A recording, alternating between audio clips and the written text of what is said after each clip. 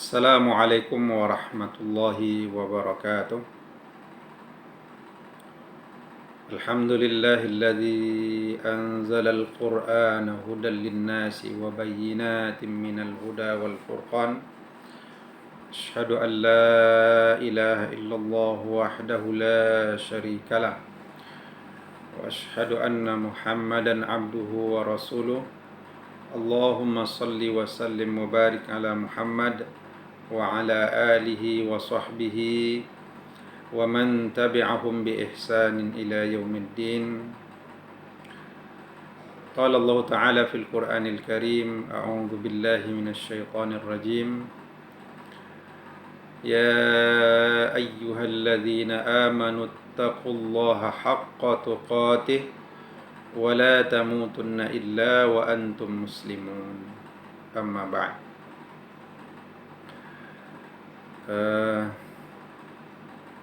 Alhamdulillah, pada kesempatan yang barakah ini Allah berikan kepada kita kesempatan untuk dapat mengikuti kajian atau kuliah kita yang pada kesempatan ini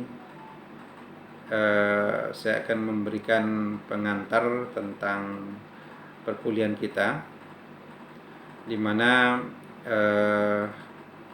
sebelum perkuliahan kita hadisul ahkam tsani, hadis ahkam yang kedua, wa hadisul ahkam ats-tsalis, yang hadis ahkam yang ketiga. Ini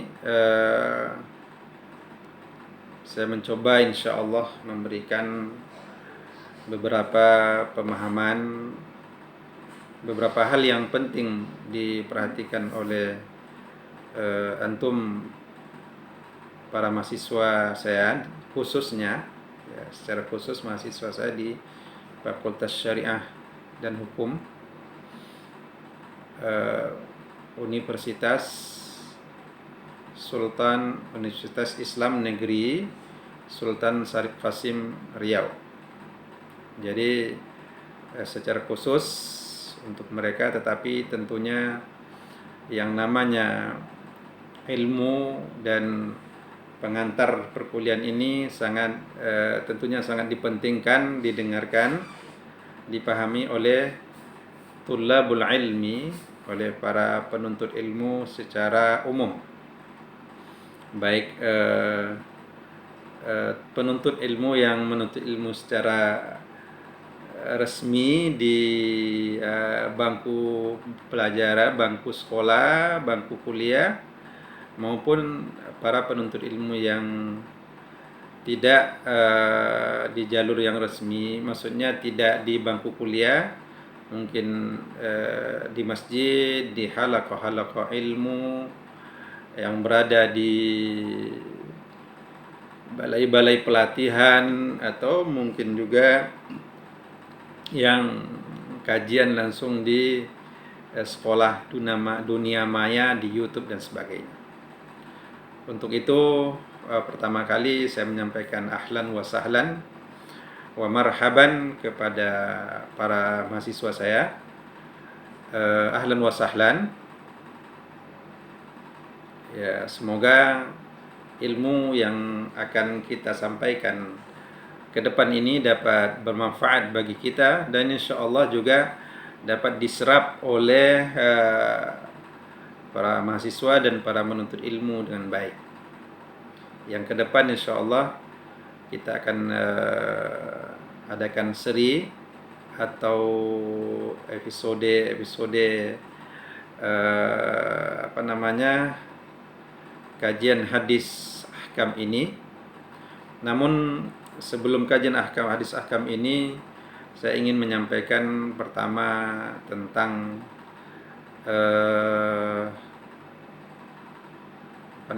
tentang pengantar lah, tentang ilmu dan apa yang perlu kita persiapkan untuk mendapatkan ilmu yang barokah dan ilmu yang banyak insyaallah. Ada beberapa hal yang mau saya sampaikan. Yang pertama itu adalah yang pertama adalah yang perlu kita miliki, menuntut ilmu itu harus ikhlas karena Allah Subhanahu wa taala. Jadi kalau kita mencari apa motivasi terbaik dalam menuntut ilmu, maka tidak ada motivasi yang terbaik dalam menuntut ilmu adalah kecuali mengharapkan karunia dan ridho Allah Subhanahu wa taala. Mengharapkan karunia dan ridho Allah, di mana kita berharap ilmu, pengetahuan yang kita tuntut, pengetahuan yang kita pelajari, yang kita cari ini bermanfaat untuk kita di dunia dan di akhirat. Jadi bukan hanya sekadar bermanfaat untuk di dunia, tapi juga sampai bermanfaat di akhirat kita. Dan Allah Subhanahu wa taala menjanjikan bahwa orang yang menuntut ilmu karena Allah, orang yang menuntut ilmu karena ingin mendapatkan ridho Allah Subhanahu wa taala, akan mendapatkan kemuliaan. Allah katakan dalam potongan surah Al-Mujadilah ayat 11, Allah katakan, yarfa'illahu alladhina amanu minkum walladzina utul ilma darajat. Allah katakan, Allah mengangkat derajat orang-orang yang berilmu, orang-orang yang beriman, dan orang-orang yang berilmu di antara kamu, orang yang diberikan ilmu di antara kamu, darajat, beberapa derajat. Allah akan mengangkat derajat yang tinggi, memberikan kemuliaan kepada orang yang menuntut ilmu yang didasari oleh iman. Jadi ada ilmu tidak didasari iman, tidak akan banyak memberikan manfaat atau memberikan manfaat, dan mungkin di dunia bermanfaat tetapi tidak sampai di akhirat. Jadi bagaimana supaya ilmu kita bermanfaat dari dunia sampai akhirat? Maka apa yang kita perlukan?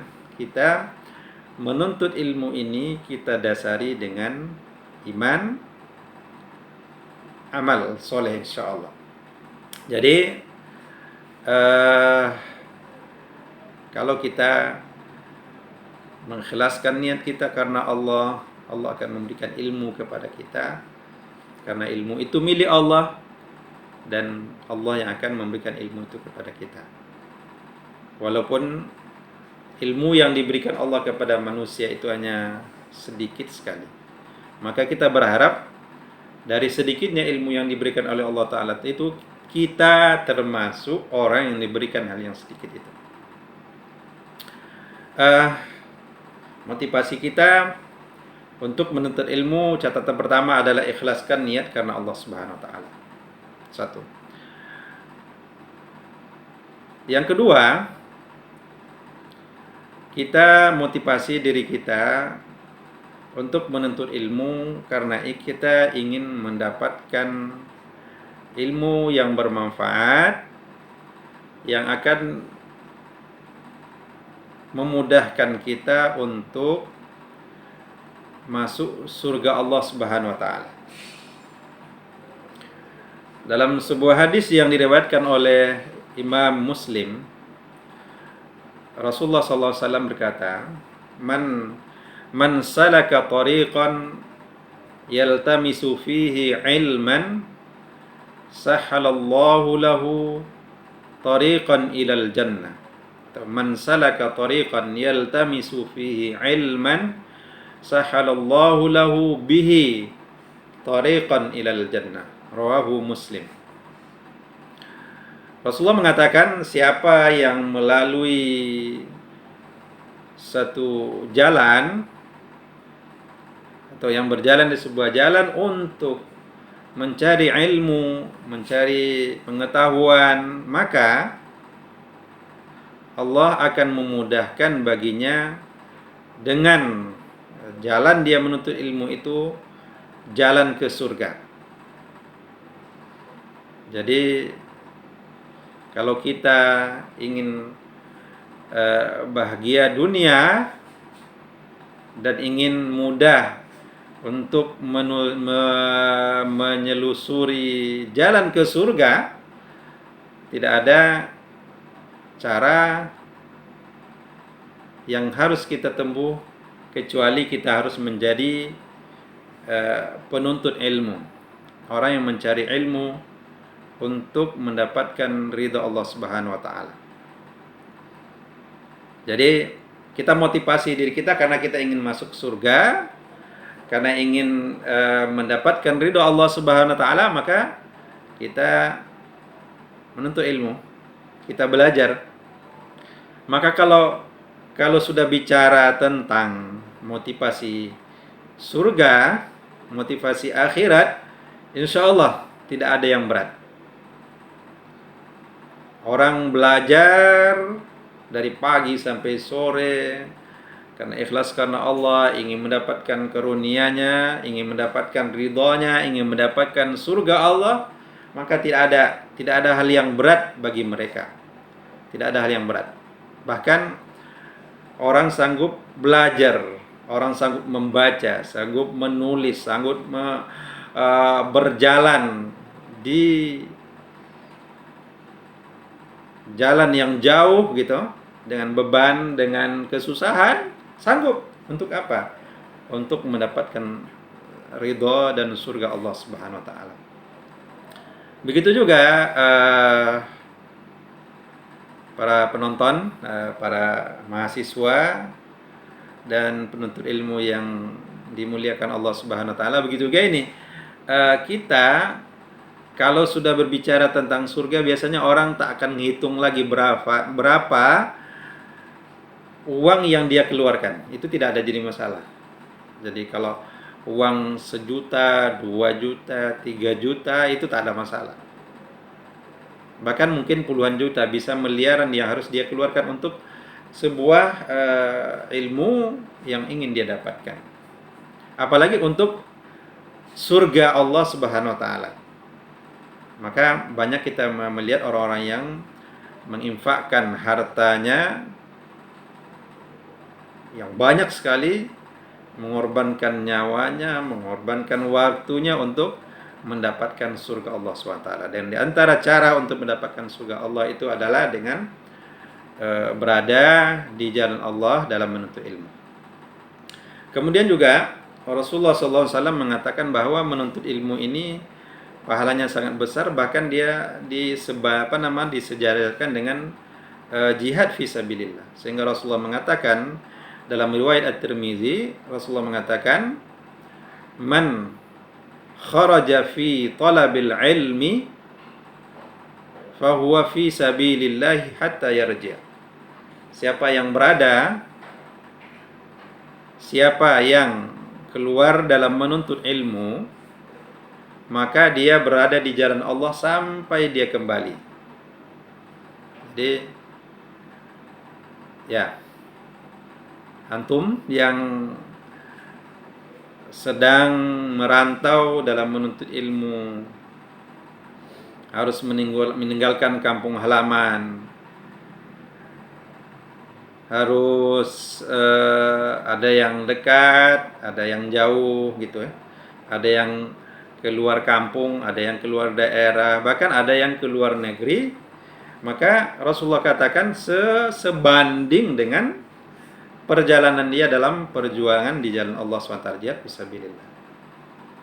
Maka motivasi ini akan membuat kita akan lebih semangat untuk menuntut ilmu itu. Ya. Kemudian hal yang perlu kita punyai dalam menuntut ilmu ini adalah adanya usaha dan kesungguhan. Jadi kalau kita dalam menuntut ilmu, dalam belajar, dalam kuliah, main-main saja atau hanya sekedar sekedar hadir saja, paham tak paham pelajaran tak masalah, yang penting hadir.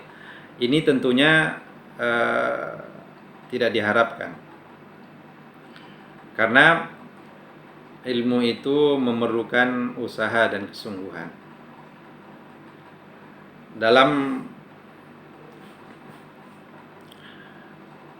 pepatah Arab itu disebutkan,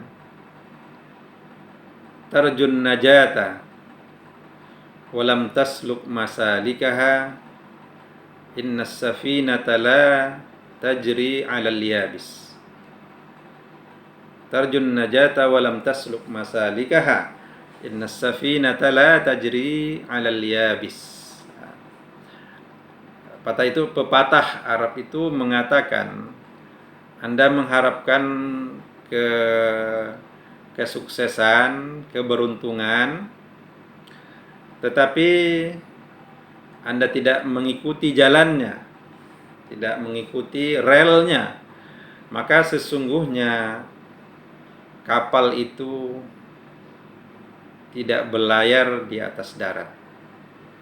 Ini tentunya logika umum, logika rata-rata bahwa kalau kita ingin mendapatkan kesuksesan, maka kita harus mengikuti jalan. Apa yang kita pelajari hari ini, apa yang kita sumbangkan hari ini untuk kehidupan kita ke depan akan ada manfaat. Jadi orang kalau mau mendapatkan sesuatu yang diinginkannya, dia harus mengikuti jalannya itu. Jadi tidak bisa dengan bermalas-malasan. Contoh, ini mungkin adik-adik mahasiswa yang jelas di Fakultas Syariah, yang itu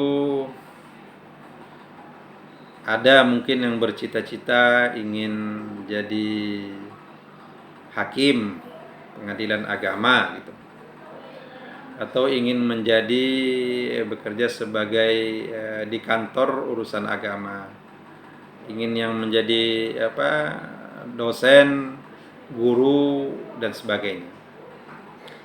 Jadi saya pernah berbincang dengan seorang hakim di pengadilan agama. Waktu itu saya ke hakim pengadilan agama yang di Pasir Pengrayan beberapa tahun yang lalu. Dia mengatakan kepada saya, Ustadz atau Pak, tolong sampaikan kepada mahasiswa kita yang di Fakultas Syariah supaya kalau mereka ingin bersaing untuk menjadi hakim pengadilan agama, maka qiraatul kutub, kemampuan membaca buku Arab gundul atau kemampuan bahasa Arab harus mereka miliki. Jadi kalau mereka tidak bisa berbahasa Arab, tidak ada usaha untuk meningkatkan kemampuan membaca buku Arab, maka kata dia akan sulit untuk bersaing ke depan. Akan sulit untuk bersaing. Kenapa? Karena akan didahulukan orang yang tentu punya kemampuan bahasa Arab dan kemampuan membaca dan memahami buku Arab. Nah, ini itu contoh ini yang perlu mungkin dipersiapkan secara keilmuan, dan itu perlu kita ini kan ada kesungguhan gitu. Ya, ada kesungguhan. Apalagi hari ini kita belajar secara online. Maka belajar secara online ini motivasi dari dalam diri mahasiswa, motivasi dari dalam diri seorang pelajar harus lebih kuat. Karena dosen kan tak ada lagi membangunkan sedang tidur atau ngetok meja atau juga mungkin memberikan sanksi apa ini dan itu, tidak ada. Jadi dari dalam diri antum semua itu harus lebih kuat untuk bisa belajar. Karena bagaimanapun untuk belajar ini memerlukan usaha dan kesungguhan. Kemudian hal yang tidak kalah pentingnya dalam belajar ini adalah, apalagi bagi kita yang menuntut ilmu syariah, adalah apa yang dipesankan oleh Imam Asy-Syafi'i dalam syairnya, di mana dia mengatakan qala al-Imam Asy-Syafi'i rahimahullah, syakautu ila waqi'in su'a hifzi fa arsyadani ila tarkil ma'asi wa akhbarani bi anna al-ilma nurun wa nurallahi la yuhda li'asin. Imam Syafi'i mengatakan, saya pernah mengadukan kepada Waqi', guru saya, syekh saya, tentang buruknya kondisi hafalan saya. Maka dia membimbing saya untuk meninggalkan kemaksiatan. Kemudian dia mengatakan kepada saya, mengkabarkan kepada saya bahwa sesungguhnya ilmu itu adalah cahaya, dan cahaya Allah tidak diberikan kepada orang yang berbuat maksiat. Jadi ini Imam Syafi'i. Imam Syafi'i itu pernah mengalami kesusahan dalam menghafal. Artinya tidak seperti biasanya hafalannya. Jadi kalau diriwayatkan Syafi'i itu menghafal, dibaca satu kali baca, ya sudah dia baca, sekali baca itu, kemudian dia tutup buku itu dengan tangannya, kemudian dia bisa menghafalnya. Ya kayak scan sekarang lah kita, kayak fotokopi langsung gitu, langsung lengket di kepala, Nah, itu Imam Syafi'i. Jadi ketika satu hari dia berjalan, di depan dia kebetulan ada berjalan wanita, wanita yang nampak oleh dia tumit wanita itu. Artinya dengan melihat tumit itu saja mungkin ada desiran di dada dia sehingga dia melihat kepada tumit wanita itu. Dan rupanya hanya melihat tumit wanita itu mengganggu hafalannya. Apalagi mungkin bagi kita yang setiap hari yang setiap hari berhubungan menengok para lawan jenis kita. Yang perempuan lihat laki-laki, laki-laki perempuan. Apalagi kalau yang hari-hari berangkat bersama naik motor ya, mahasiswa dengan mahasiswi, ya, itu kan lebih lagi. Itu akan membuat ada hijab, ada hal yang mengganjal di hati, atau hal yang akan menolak masuknya ilmu dalam diri kita. Atau apalagi yang hari ini mungkin ya pacaran ya. Nah, ini coba kita sesuaikan kehidupan kita dengan syariat Islam, insya Allah ilmu akan kita dapatkan. Kemudian hal yang perlu juga untuk diperhatikan adalah kita perlu menghormati para guru. Hormati guru, hormati syekh, hormati dosen yang mengajar kita. Karena kalau dosen itu sudah dibenci, dosen itu sudah diremehkan, ilmunya akan masuk. Coba itu pengalaman saya juga sebagai mahasiswa, sebagai pelajar, sebagai guru, sebagai pelajar juga yang belajar terus itu, kalau ada guru, ada syekh yang tak senang hati dengan dia, tidak akan jadi, nggak dapat ilmunya, nggak dapat. Tapi kalau Walaupun gurunya pemarah, tapi dihormati, berusaha untuk menyenangi, insya Allah ilmunya dapat. Ilmunya barakah insya Allah. Kemudian yang tak lupa pula, jangan lupa untuk mendoakan guru. Jadi kalau ada kesalahan guru, kita doakanlah supaya dia lebih baik ke depan. Kalau tidak, tentu bersabar dengan tingkah atau mungkin dengan hal-hal yang tidak kamu senangi dengan dosen, dengan guru. Yang selanjutnya yang juga tidak kalah penting adalah birrul walidain. Selalu berbakti kepada orang tua. Orang tua yang membiayai kita, yang melahirkan kita, berbakti kepada mereka, jangan lupa dengan mereka. Kemudian juga minta doa dari mereka. Jadi para ulama itu membiasakan diri untuk minta doa kepada ayah, ibunya, terutama ibu lah ya, ibu dan ayah. Ya, ibu dan ayah kita untuk minta doa, minta restu dari dia, mau ujian, mau berangkat, mau bekerja, mau tes, mau apa semua. Silakan. Birrul walidain, berbakti kepada orang tua dan berusaha untuk meminta doa dari orang tua kita. Yang terakhir tentu bagi kita penuntut ilmu, ada hal yang perlu kita lakukan. Kenapa orang bisa belajar dari pagi sampai sore, bahkan ada orang yang bisa menulis banyak buku, membaca. Kalau ulama-ulama dulu itu bukunya itu bukan difotokopi tapi ditulis sendiri gitu. Nah, ini. Kenapa mereka bisa?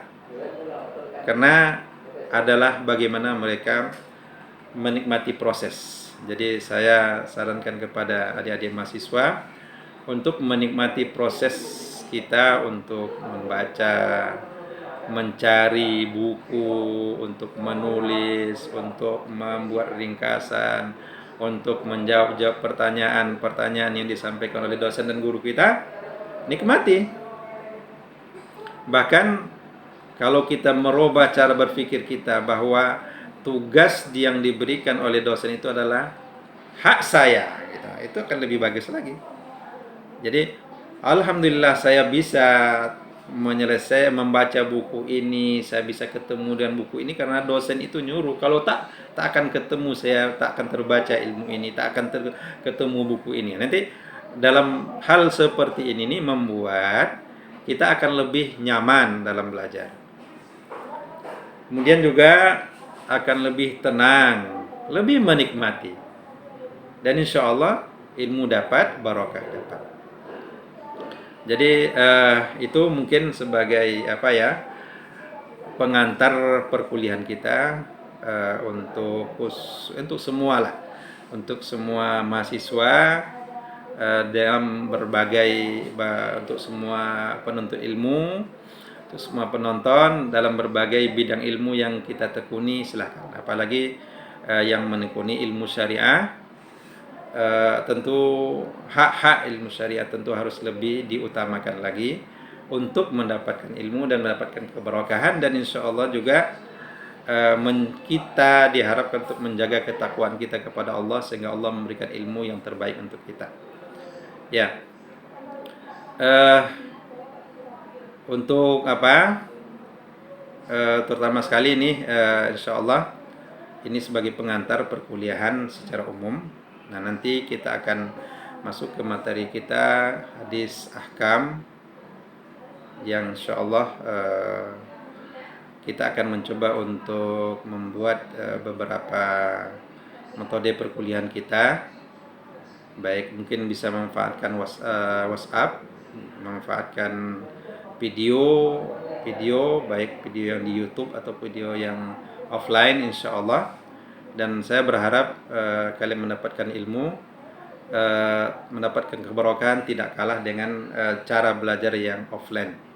Kalau bisa lebih baik lagi, karena apapun yang kita inginkan dengan kemauan yang kuat, insya Allah Allah akan berikan jalan untuk kita mendapatkan kebaikan itu. Demikian, Assalamualaikum warahmatullahi wabarakatuh.